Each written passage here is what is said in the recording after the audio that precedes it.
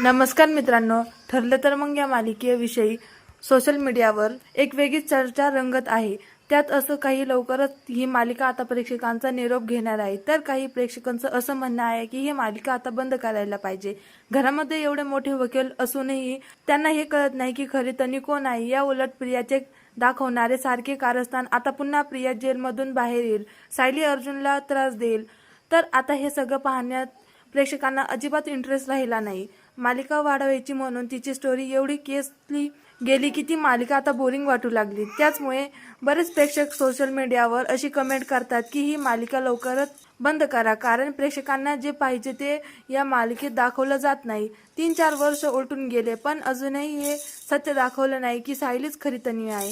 या उलट मालिकेत नवे पात्र येत मालिकेची स्टोरी आणखी वाढत आहे.